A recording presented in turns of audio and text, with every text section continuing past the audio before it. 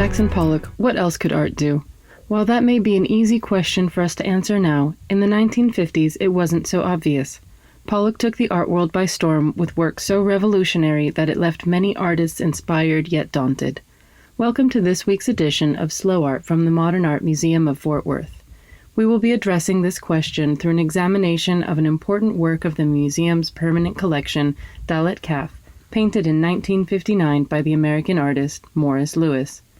Through this episode, we will uncover who Morris Louis was as an artist, as a person, and how this piece participated in influencing the course of modern art. So let's start by examining Dalet Kaf as a whole. It is obviously a very large piece reaching well over the viewer's head, measuring approximately 8 by 12 feet, with vertical washes of color pouring down the canvas. The size of the piece makes it less of an object and more of an experience. A great amount of movement seems to have been fossilized. Among the muddled layers of brown, taupe, and caramels, the viewer can see bright rays of teal and orange and pink. Those bright colors are flanked by 2 dark wings of diluted black paint that flow diagonally inward. While the large part of the canvas is covered in big swaths of color, it is important to note that there are several areas left blank on the bottom and on the sides. These blank spaces leave no doubt of the watery quality of the paint. There is no thickly laid impasto like we are so used to seeing in many artworks of the same time. There is an organic symmetry to the piece in the rhythmic vertical draping of the colors, which is neither calculated nor chaotic. Colors seep into each other. Bright colors help the eyes to find focus, and the dark wings cradle the piece. And what about the name? The word Dalet is the 4th letter in the Hebrew alphabet, and Kaf is the 2nd letter, maybe serving as a taxonomy system. This piece is part of a greater series called the Veil series, and it would be the first of 3 series that would put Morris Louis on the map of the art world. No doubt this piece is a stunning work, but let's take a look at Morris Louis's beginning before delving into the significance of it. Morris Louis Bernstein was born into a middle-class Russian Jewish family in 1912 in Baltimore. He was supposed to study medicine like his 3 brothers, but to the disappointment of his parents, he switched to art. It was in the neoclassical building of the Maryland Institute of Fine and Applied Arts in a culturally conservative neck of the American woods that Louis received a scholarship and struck out on his artistic journey in 1932. He was a particularly diligent student, a quality that would follow him his whole life. He worked in a serial manner, focusing on the same idea and producing large quantities of work until he had completely exhausted the idea. Upon graduation in 1936, like many young artists trying to make it, Louis moved to New York City. During this time, Louis worked for the Federal Art Project of the Works Progress Administration and other odd jobs. It was in this time that he dropped the Bernstein and became legally known as Morris Louis. Louis was a very shy and reserved person. Some may have even considered him antisocial in comparison to the Dionysian atmosphere that was the norm in the New York art world. He kept largely to himself, had few friends, and occupied the majority of his time painting and visiting galleries. Louis left New York in 1943, returning to Baltimore and his family home. In 1947, Louis married his neighbor, Marcella Siegel. Eventually, they moved into a house in the suburbs of Washington. The marriage and move were important for Louis for 2 main reasons. First, Marcella's salary was sufficient for them to live on, meaning that Louis could devote 100% of his time to painting. He did teach at local art schools, which would turn out to be crucial in his development as an artist, as we will see in a moment. Second, the house afforded Louis a studio space. He transformed the dining room into a studio, and as he had for much of his life, painted diligently 6 to 8 hours, day in and day out. Before reaching the mature series that we recognize Louis for, he followed many of the artistic styles of the day. Social critique that mirrored his appreciation of Max Beckmann, abstract expressionist pieces in the vein of Jackson Pollock, and gestural paintings that adopted the huge energetic brushstrokes of Franz Kline, as well as some collages inspired by those of Robert Motherwell. It was while working in the Washington Workshop for the Arts in 1952 and over a shared appreciation for the work of Pollock and Motherwell that Louis befriended fellow artist Kenneth Noland. Noland, though 12 years his younger, was much more sophisticated and embedded in the art world, having attended the fabled Black Mountain College in North Carolina, as well having studied art in Paris. Noland would shuttle between New York and Washington, bringing with him ideas and people from the art world, which would eventually contribute to Washington rising out of its provincial status. Let's look back at Dalet Kaf, this time from a closer angle, to see if we can glean some insight into Lewis's artistic process. In the bottom middle of this section of the piece, the small streams of purple indicate that the paint was applied as if dripping warm syrup on pancakes. There is a granular quality in the paint like water in a sandbed that creates small rivulets. How does he accomplish this? Lewis was extremely private, and no one actually saw him at work. He had few friends he would discuss his work with. Not even his wife would see much of his work. When Lewis worked in his studio, he worked with the door closed. When he was done working for the day, he would roll up his work and store it, leaving his studio with barely a spot of paint on his clothes. His studio was always spotless, with tanks of turpentine in neat rows on the floor.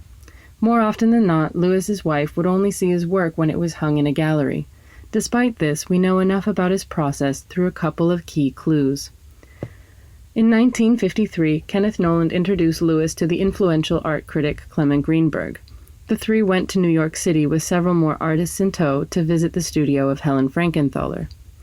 Frankenthaler was becoming well known at the time for her innovative painting style. This visit to her studio has garnered near mythic proportions in the history of art, having influenced many artists of the day with her work. As Lewis would put it, Frankenthaler was the bridge between Pollock and what was possible.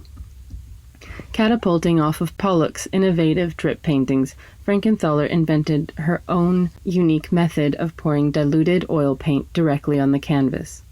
Her piece, Mountains and Sea, depicted here, which she had recently completed, was up on the wall when Lewis, Noland, Greenberg, and company showed up. Seeing Frankenthaler's work gave Lewis two things: a freer approach to color and the staining process. Through this encounter and through the visible drips on the canvas, we can be certain that Lewis adopted the same process, though making it his own. Mountains and Sea was all Noland and Lewis would talk about in the following year, and they started experimenting with pouring paint on canvas immediately after. After many years of experimenting and back and forthing in the late 1950s, Lewis's toil culminated in the first mature series known as the Veil series, from which this painting, Dalet Kaf, comes from. Lewis would hang his unprimed, loosely stretched canvas on the wall of his 12 by 14-foot studio and pour diluted acrylic paint onto the canvas. Successive coats of this paint caused the streams of color, repetition of vertical stripes, and variance in tone. It is important to place Lewis within the artistic context of the time in order to truly grasp how innovative he was. The New York school of abstract expressionism reigned supreme and considered the canvas an arena for action which would emphasize the subjective, embodied experience of the artist. This was accomplished through gestural brushwork, all-over compositions, and work that was charged with the emotional rigor of the artist. Lewis expanded on several abstract expressionist elements and rejected others. For Lewis, the canvas was still an arena, but for color and space to react, while the physical action of the artist, and indeed the very artist's hand, signified by gesture, was eliminated. The flatness of much abstract expressionist work that was achieved through an all-over composition style was also something common in Lewis's work, though it was achieved through the appearance of the bare canvas and the large areas of solid color. Lewis would continue to push this idea of flatness in his following series entitled The Unfurleds. Lewis eliminated everything that wasn't absolutely necessary in this series, and what was left was a beautiful examination of color and space. These distinctions between Lewis's work and the New York school are important because he was one of several artists to pioneer in the direction of color-field painting. These developments would be a precursor for the sleek detachment of minimalism. Let's focus on the vibrance and fluidity of the color now. This close-up highlights the incredible intensity of color. In Mountains and Sea, we can see that Frankenthaler's work is much more subdued and muted by contrast. Both artists utilized diluted paint, but the end chromatic result is completely different. This difference is due to the type of paint used. While Lewis lived in New York City just after graduating art school, he befriended the paint manufacturer Leonard Beaucourt, who eventually would provide Lewis with paints that would make pieces like Dalet Kaf possible. This paint was called magna acrylic resin paint, and it had 3 important characteristics. First, it could be diluted without losing the intensity of color. Second, this paint bleeds into the canvas easily, eliminating surface pooling. Lastly, the acrylic paint doesn't yellow over time. This close-up is a testament to all 3 of those qualities. Lewis would alter the viscosity of the paint and the amount of paint poured to create variation and strength in the colors. It is estimated that in some areas, Lewis diluted the paint at a ratio of 28:1. Over a period of 6 years, Lewis would buy a stunning 1,000 gallons of turpentine to complete approximately 600 paintings. Due not only to his unfaltering commitment and long work hours, but also to the fast-drying acrylic, Lewis completed massive works at an incredibly high rate, oftentimes completing a piece the same day he started it. Though successive layers of very diluted paint were poured onto the canvas, the colors remain translucent yet powerful. Each layer does not block out the layer beneath, rather it has a prismatic effect. 70 years after completion, and the colors are still pristine. In this next image, we can see another example of the vibrance of his colors, but also the layering that has occurred. Note the streams of coral and purple and viridian, and that thin slice of blue running right down the middle. Note the dark triangle that begins on the right side of this image. Diluted black alters the hue and tone of those underlying colors. The viewer can also see on the rightmost side the subtle changes of the peach hues. The bare canvas on the edge reminds us that this is a 2-dimensional plane. Color is extremely important to Lewis's work. As the curator of the Museum of Modern Art in New York, John Elderfield, said, Lewis was able to see, think, and conceive in color. Liberated from representation, narrative, and emotional expression, color was free to be examined for what it is, in and of itself. In a 1962 article for Art International, Clement Greenberg criticized abstract expressionism, saying, "Unequal densities of paint become, as I have said, so many differences of light and dark, and these deprive color of both its purity and its fullness." At the same time, it has also worked against true openness, which is supposed to be another quintessentially painterly aim. The slapdash application of paint ends by crowding the picture plane into a compact jumble. I have already mentioned that Greenberg was a friend to Lewis, but he was also an important influence in his work and championed the color field movement. He pushed to rid art of any unnecessary weight and sought to free color and space of the burden of representation and psychological angst. He criticized the layering and splattering of paint in favor of smoother, flatter, and often larger works which would allow form and color to emerge as protagonists. Looking at Dalet Kaf, it is apparent that all of these ideals are embodied. For Lewis and the color field painters emerging, color was a powerful emotive tool. He aimed to simplify his work to the most minimal elements in order to examine how color could have an impact on the viewer. The feedback and connections of friends like Greenberg and Noland were highly influential to Lewis's conceptual development as well as in his exposure in galleries. However, it should not be overemphasized. In the end, Lewis's artistic decisions were his own. At times, he was even reluctant to receive criticism and feedback and thought that looking at the work of peers and predecessors could be counterproductive in not allowing an artist to develop independently. He followed many of the same principles in his role as a teacher, preferring not to discuss or show his work to students so as not to influence them.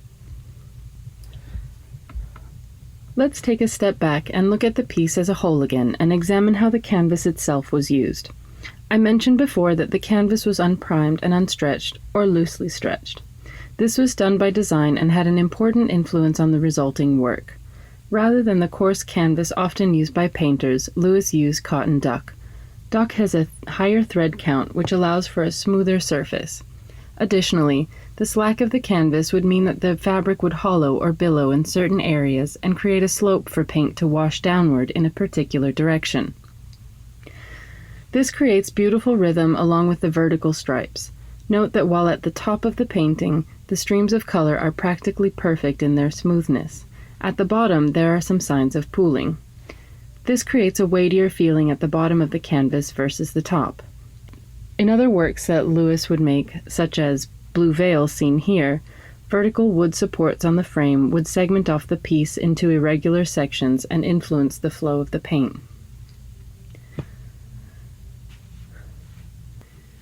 The importance of the canvas should not be understated. Because Lewis did not use a brush and thicker paint like Pollock, or lay his canvas flat like Frankenthaler, his only method of control, or rather influence over where the paint would go, was achieved in positioning the canvas. He would tilt the canvas at various angles to give the streams of paint direction. This can be seen in the different angles of the black wings on each side. In his early years in New York, Lewis had attended a workshop held by David Siqueiros, the Mexican muralist. These workshops promoted revolutionary painting techniques that encouraged spontaneity, collage, and the use of non-traditional materials. In one demonstration, Siqueiros attached paint brushes to a rotating wheel and, when spun, would fling paint down onto a canvas. Exposure to such trailblazing techniques certainly stayed with Lewis and would have certainly changed the way he thought about how and at what distance one should apply color to a canvas. This becomes particularly noticeable in the subsequent series called The Unfurleds, as well as in his floral pieces seen here. In Lewis's third and final series, Stripes, he also used the canvas as a tool to experiment with cropping. While stripes like in the painting on the right were poured vertically, Lewis cropped and framed the piece so that the stripes would be horizontal and off-center. Post-processing then becomes an integral part of the artistic practice. One might surmise that given what we know of Lewis's personality, it is no wonder that he blossomed in this new style. It was emotionally cool, systematic, and cerebral. His creative tools were the interaction of color, the viscosity of the paint, and the positioning of the canvas.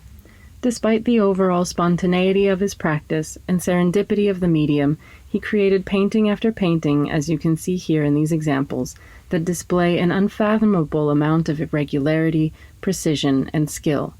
Like in his school days, he didn't abandon an idea until he had exhausted it. The mature work of Morris Louis, exemplified by his Veil, Unfurled, and Stripes series, is the work we know and love Louis for. Through his work and the work of his peers in Washington such as Sam Gilliam, Kenneth Noland, Gene Davis, and others, art was taking a new direction geographically and aesthetically.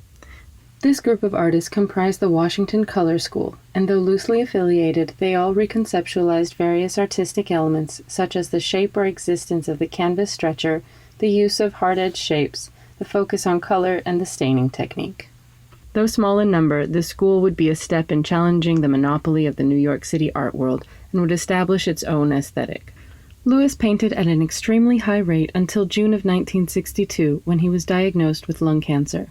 He was too unwell to keep painting and passed away only a few months later in September at the age of 49. He would see none of the work from the Unfurled series stretched and exhibited before he passed, although the public would see an increase in Lewis's work through ever-increasing numbers of exhibits, including one memorial retrospective at the Guggenheim Museum in 1963. Lewis masterfully struck out on a new vein in modern art, which would answer and lead the way for many artists and aficionados wondering, what do we do after Jackson Pollock?